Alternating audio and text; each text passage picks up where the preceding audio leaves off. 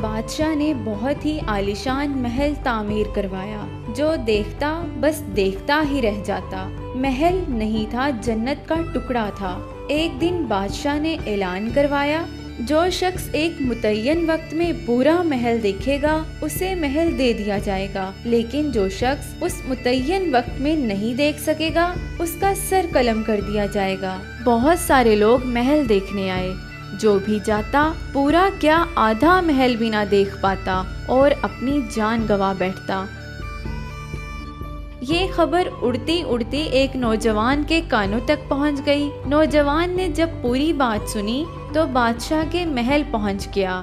درباری وزیروں نے منع بھی کیا مگر وہ نہ مانا۔ نوجوان نے ایک سرے سے لے کر دوسرے سرے تک در و دیوار، کمرے، راہداریاں، فانوس، کمکمے، قالین، صوفے، الغرض ایک ایک چیز کڑے پہرے میں دیکھ لی اور وقت ختم ہونے سے پہلے بادشاہ کے روبرو پیش ہو گیا۔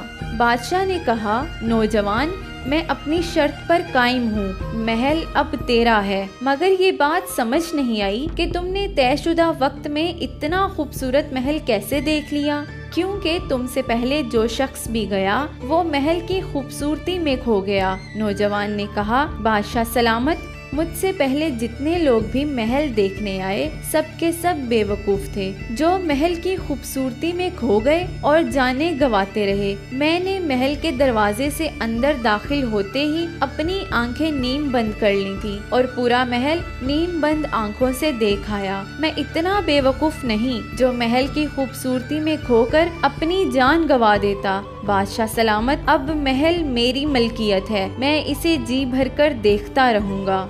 دنیا کی زندگی بھی ایسی ہے، جو اس میں کھو گیا اس نے خود کو مار دیا۔ معزز سامعین، اگر آپ کو میری یہ ویڈیو پسند آئی ہے تو اس کو لائک اور شیئر کرنا مت بھولیں۔ اپنے میزبان انصب ناز کو اجازت دیجیے۔ اللہ حافظ۔